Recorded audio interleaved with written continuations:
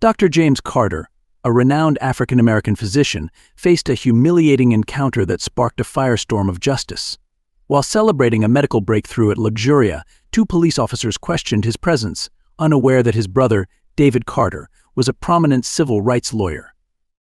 The ensuing events led to a citywide reckoning.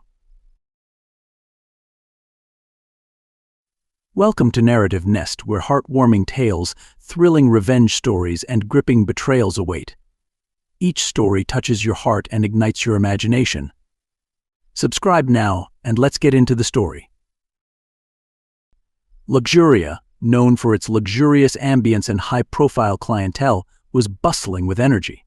Lawyers, doctors, and business moguls often gathered here to enjoy fine dining and discuss significant matters. That evening, Dr. James Carter, a prominent 32-year-old physician, was there to celebrate a groundbreaking achievement in his medical career with his colleagues. He reveled in the triumph, his confident demeanor and bright smile lighting up the room. "James, that was an incredible presentation today.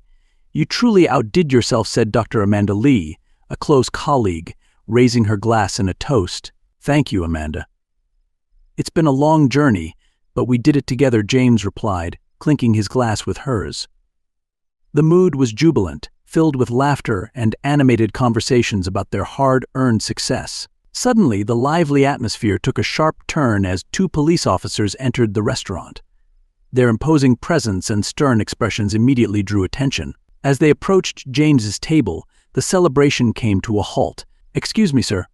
We need to see your identification," one officer demanded brusquely, addressing James directly. "What's the issue?" Officer James asked, trying to stay composed despite the sudden scrutiny. "We're just doing our job, sir." "Please present your ID," the officer insisted, his tone authoritative and unyielding. James felt a chill run down his spine. He knew he hadn't done anything wrong, but the officer's demeanor made him feel small and vulnerable. He handed over his ID, which the officer examined with a disdainful look. "Dr. James Carter," the officer said, returning the ID with a sarcastic smirk. "Do you think your title gives you the right to be here?" James's colleagues began to protest, but the officers were relentless, making racist comments and insinuating that a black man like James didn't belong in such a prestigious place. The restaurant manager attempted to intervene, but the officers dismissed him, further escalating James's humiliation. "This is absurd." "He is a respected customer," the manager exclaimed, trying to defuse the situation. "Stay out of this," one officer snapped, glaring at the manager. "We're handling this." After a lengthy and uncomfortable interrogation, the officers finally released James with a forced and insincere apology. James maintained his composure, not wanting to show his pain. He returned home, his mind racing with the injustice he had just experienced. At home, James found his brother, David Carter, reading in his study. David, a distinguished civil rights lawyer, immediately sensed something was wrong. "James, what happened?" David asked, concern etched on his face. "I was humiliated tonight," James said, his voice trembling. "Two police officers approached me at the restaurant, made racist comments, and treated me like a criminal." Anger flashed in David's eyes. He embraced his brother, trying to offer comfort. "This is unacceptable. I'll take immediate action. They can't treat you like this or anyone else." The next day, David used his influence to initiate an investigation into the officers involved, determined to uncover the truth. He began reviewing cases linked to the officers, looking for any signs of misconduct. Meanwhile, James and his colleague, Dr. Amanda Lee, decided to conduct their own investigation. They analyzed documents and records, uncovering a pattern of evidence tampering and abusive behavior. "Look at this," James Amanda said, pointing to an old file. "This case shows altered witness statements. I'm sure those officers were involved." James's indignation grew with each discovery. "This is more serious than we imagined. We need to make this public." With the help of investigative journalists, James and Amanda began to publicize their findings. The city was in an uproar, and the media began investigating the officers' histories, uncovering a pattern of abuse and corruption. The officers, feeling the pressure, tried to intimidate James and Amanda. They followed them, made veiled threats, but James refused to back down. "The truth needs to come out, Amanda. We can't let this corruption continue. We need justice, not just for me, but for everyone who's been a victim." Community support began to swell. Civil rights groups joined James, organizing protests, and pushing for a broader investigation. The city was divided between those who supported the police and those who demanded urgent reform. "We're with you," James chanted the protesters outside the courthouse. "Justice now." David, for his part, faced his own dilemma. Reviewing old cases, he found more and more evidence that he had unknowingly condemned people based on fabricated evidence. The responsibility weighed heavily on him, but he knew he had to do the right thing. "We need to review all these cases," James said, determined. "We can't let these injustices continue." "You're right," David replied with a resolute look. "Let's expose the truth, no matter the cost." The tension reached its peak when a public hearing was scheduled to discuss the officers' behavior and James's findings. The courtroom was packed, the entire city watching intently. James, standing before the court, gave an emotional testimony. He spoke about the incident at the restaurant, his investigations, and the evidence he had uncovered. Each word was laden with emotion, highlighting the impact of racism and corruption on the judicial system. "Here is the proof," James said, presenting documents and records. "These officers tampered with evidence to ensure quick convictions. They betrayed public trust and used their power to oppress instead of protect." Under pressure, one of the involved officers finally confessed. He revealed that they were following orders from higher-ups to ensure convictions, exposing a corruption scheme that went far beyond what anyone had imagined. The city was in shock. David, overwhelmed with emotion, gave a powerful speech about justice and responsibility. "We must correct these wrongs and ensure our system is fair for everyone. We cannot allow corruption to destroy public trust in our justice system." The city, once divided, began to unite around the reforms. Several high-ranking officers were fired and prosecuted, and a large-scale review of old cases was initiated. James and Amanda worked tirelessly to help the victims of the scheme achieve justice. James, now a recognized and respected figure, launched a non-profit organization to provide legal assistance to wronged individuals. With the support of his brother, colleagues, and the community, he continued to fight for a more just and equal system. The city, transformed by James's courage and relentless pursuit of truth, looked to the future with hope. His story was not only about justice but also about resilience and the importance of never giving up the fight for a better world. The news of the incident involving James at the restaurant spread quickly, generating outrage and heated debates. The streets were filled with protests demanding justice and police reform.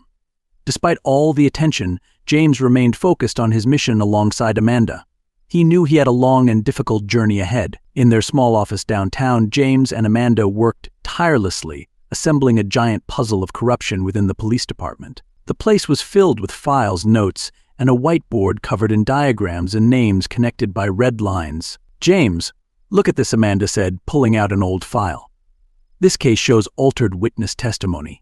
I'm sure these officers are involved." James scanned the document quickly. "You're right, Amanda. This is a pattern we've seen repeatedly: altered testimonies, planted evidence, forced convictions. We need to expose this." As they worked, community support continued to grow. Civil rights organizations, lawyers, and even some local politicians began to rally behind James's cause. The city's atmosphere was tense but filled with hope. That afternoon, James and Amanda visited one of the victims they believed had been unjustly convicted. Michael Adams, a 50-year-old man serving a 20-year sentence for armed robbery, had always maintained his innocence. "Michael, we're here to help," James explained. "We found evidence suggesting you were wrongfully convicted. We want to fight for your freedom." Michael, silent for a moment, looked at them with hope mixed with pain. "I've always known I was a scapegoat. Those officers fabricated the evidence. I'm innocent." James and Amanda spent hours with Michael, collecting testimonies and reviewing documents. They left more determined than ever to bring justice to Michael and others who had been victims of the corrupt officers. The next day, a large protest was organized in front of the police station. James was invited to speak. With the microphone in hand, he addressed the crowd. "Today we demand justice," James began, his voice firm and filled with emotion. "We can no longer tolerate racism, corruption, and abuse of power. I am a doctor, but above all, I am a citizen who believes in justice and equality. We need urgent reform in our police and judicial system. We need to ensure that everyone, regardless of skin color or social status, gets a fair trial." The crowd erupted in applause and shouts of support. James continued, "We have found evidence that officers are planting evidence and manipulating witnesses. This is not just an attack on innocent individuals but a betrayal of public trust. We need a full and transparent investigation." As James spoke, he could see the hope on people's faces. Inside the police station, the officers watched the protest with grim faces, knowing the pressure on them was increasing. "This is ridiculous," muttered one officer, his face red with anger. "He's making us look like monsters. We need to do something to discredit him," replied his colleague. "If this continues, we could all lose our jobs or worse." That night, James and Amanda continued their investigation in their office, surrounded by piles of documents. "We have to be careful," James said. "These officers are dangerous and will do anything to stop us." Amanda nodded. "I know, but we're doing the right thing. We need to keep going." Meanwhile, David was grappling with his own turmoil. Reviewing old cases, he encountered more evidence of wrongful convictions based on fabricated evidence. The guilt weighed heavily on him, but so did the determination to correct past mistakes. "Dad, how are you?" James asked, entering his home office. "I know this is hard for you." Thomas looked at his brother, his eyes showing pain and concern. "I'm fine, James. I just need to ensure that justice is served. I can't change the past, but I can fight to make sure this doesn't happen again." James hugged his brother, feeling the strength and love that had always united them. "We'll get through this together. We can change this." The following days were intense. James and Amanda continued gathering evidence while the city rallied in support of their cause.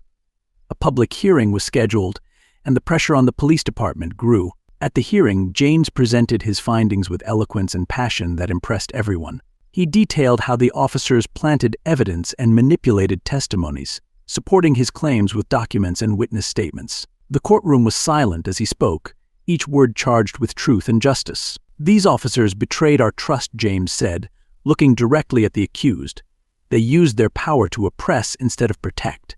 We cannot allow this to continue." One of the officers, under the pressure of the evidence and public scrutiny, finally confessed. "I confess," he said, his voice trembling. "I was forced to plant evidence and alter testimonies. We received orders from above. There was constant pressure to get quick convictions, regardless of whether the accused were actually guilty or not. The impact of the confession was immediate." The room erupted in murmurs and shouts of indignation. Judge David Carter, maintaining his composure, called for silence and continued to listen to the testimonies attentively. Another officer, seeing there was no escape, also decided to speak. "Yes, it's true. We were encouraged to manipulate evidence and secure convictions, all to improve statistics and receive rewards." James felt a mix of relief and sadness, relief that the truth was finally coming out, but sadness at seeing how far the corruption had spread. "These acts not only betrayed public trust but also destroyed lives," James said, his voice laden with emotion. "It's imperative that not only the guilty be punished but that deep reforms be implemented to prevent something like this from happening again." David, with a serious and determined look, thanked James and the other testimonies. "This court is committed to ensuring that justice is served and that the necessary reforms are applied. We cannot allow such abuses to continue to stain our judicial system." The hearing was adjourned for deliberations. Outside, the city was buzzing with discussions and protests. James and Amanda left the courthouse surrounded by supporters and journalists. "James, how do you feel now that the truth is coming out?" a reporter asked, pushing a microphone toward him. "I feel that we've taken an important step, but the fight isn't over. We need to ensure that the reforms are implemented and that all victims of this scheme receive justice," James replied firmly. Inside the police department, the atmosphere was one of tension and fear. Many officers knew their careers were at risk, and the senior ranks were worried about the repercussions. "We need to act fast," said the police chief, meeting with his advisors. "Let's cooperate with the investigation and try to salvage what we can of our reputation." In the following days, the city witnessed a series of dismissals and arrests within the police department. Senior officers were indicted, and a large-scale review of old cases was initiated. James and Amanda dedicated themselves to helping victims get new hearings and overturn unjust convictions. Michael Adams was one of the first to benefit. With James's help, he got a new hearing and was exonerated of all charges. The smile on his face as he left the courthouse, finally free, was proof of the positive impact of James's fight. "Thank you, James." "You saved my life," Michael said, tears in his eyes. "It wasn't just me, Michael. It was a collective effort. And we'll keep fighting so no one else suffers what you did, James replied, moved. As the city underwent these changes, James continued to meet with his team to plan the next steps. His nonprofit organization was growing, and he was receiving increasing support from various sectors of society. In one of these meetings, Amanda brought a proposal.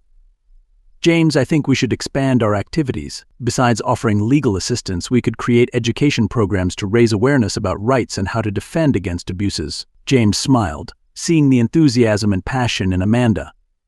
It's an excellent idea, Amanda. We need to educate and empower our community. Let's do it. The following months were marked by intense work but also significant achievements. James and his team managed to overturn several unjust convictions and helped many victims rebuild their lives. The impact of their work began to be recognized nationally, and other cities started to implement reforms inspired by James's fight. One day, James received an unexpected call. It was from a high-ranking federal government representative inviting him to a meeting in Washington, D.C., to discuss national police reform policies. "It's an incredible opportunity," James said to Amanda, excited.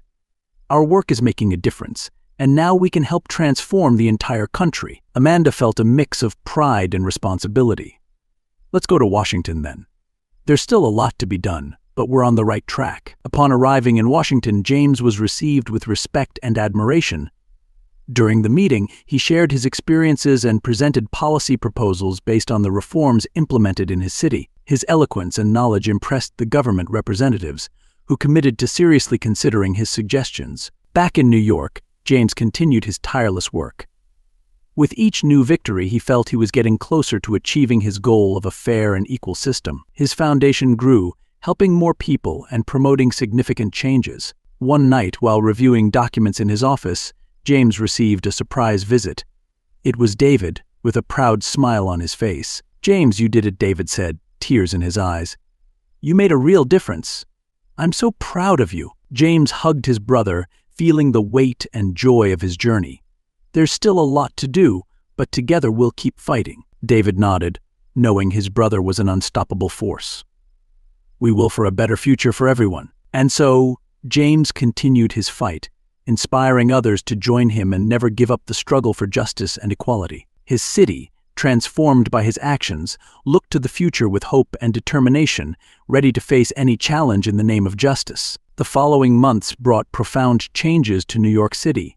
The reforms implemented in the police department began to show tangible results, with a decrease in cases of abuse of power and greater transparency in operations. James's foundation continued to fight for justice and human rights, helping those who had been victims of a corrupt system. James was in his office, reviewing new cases, when Amanda came in with good news. "James, we just received a significant donation from a group of local business people. They want to support our cause and help expand our programs." James smiled, feeling a wave of gratitude. "That's wonderful, Amanda. With these resources, we can help even more people and maybe even open branches in other cities." The foundation grew, not only in resources but also in influence. James was frequently invited to speak at conferences and universities about the importance of justice and equality. His story and work inspired many to get involved in the fight for a fair system. One morning, James received an unexpected letter. It was from a young lawyer in a neighboring city who reported similar corruption problems in his police department. He asked for help and guidance on how to start an investigation and fight for reforms. "Amanda, we need to help this young man," James said, showing her the letter. "He's facing a very similar situation to ours and needs guidance." "Of course, James. Let's invite him to spend some time with us so he can learn from our experiences and take the lessons back to his city." The young lawyer, named Robert, arrived a few days later. James and Amanda welcomed him and began sharing their strategies and investigation methods. Robert was determined to make a difference in his own city, inspired by James's work. Meanwhile, New York continued to transform. The community, once divided, now worked together to maintain the reforms and ensure justice prevailed. New education and awareness programs were implemented in schools and local institutions, promoting values of equality and human rights. At a community event, James was invited to speak. As he stepped up to the stage, he looked out at the crowd and felt a wave of pride and gratitude. "We're here today to celebrate the progress we've made together," he began, "but also to remember that the fight for justice is continuous. We need to stay vigilant and united." The crowd applauded, and James continued, "Every victory we achieve is an important step. but there's still much to be done. We must continue to fight for those who still don't have a voice, for those who have been wronged, and for a future where everyone is treated with dignity and respect. The following days were filled with continuous work. James and his team were involved in new cases, helping victims of injustice find their way to redemption. One of the most touching cases involved a teenager named Miguel, who had been falsely accused of theft. James reviewed Miguel's case and found numerous inconsistencies. He and Amanda worked together to gather new evidence and testimonies. During the hearing, James presented the evidence with the same passion and determination that always characterized him. "Your Honor, it's clear that Miguel was unjustly incriminated," he said to the judge. "The evidence against him was fabricated, and he deserves a new chance." The judge, impressed with the clarity and solidity of the evidence, annulled the charges against Miguel. The emotion on the teenagers and his family's faces was invaluable. Once again, James felt the satisfaction of making a difference in someone's life. With each victory, James became more aware of the importance of his work. He knew the fight for justice was endless, but each step forward brought hope and real change. One quiet evening, James was sitting in his office, reflecting on everything that had happened. David entered and sat beside him. "James, I'm so proud of you," David said, holding his brother's hand. "You faced enormous challenges and never gave up. Your courage and determination are inspiring." James smiled, feeling grateful for his brother's unwavering support. "I couldn't have done any of this without you, David. Your example and lessons have always guided me." David nodded, his eyes filled with pride. "You have a bright future, James. Keep fighting. Keep making a difference." James knew his work was just beginning. With the support of his family, friends, and community, he was ready to face any challenge that came his way. The foundation continued to grow, helping more people and promoting significant changes. In the following months, James and his team managed to expand their operations to other cities, taking the fight for justice and equality beyond their borders. Each new city that joined the movement was another step towards a fairer and more equal system. James became a national figure, known for his courage and dedication. His story was a testament to the power of determination and the importance of fighting for what is right. He knew the road was long, but each victory, each person helped, was proof that they were on the right path. And so, with the support of his community and the determination to never give up, James continued his fight, inspiring others to join him. New York, transformed by his actions, looked to the future with hope and determination, ready to face any challenge in the name of justice and equality. Did you enjoy the story? Share your thoughts in the comments below and let us know what you think. Don't forget to subscribe for more heartwarming tales, thrilling revenge stories, and gripping betrayals.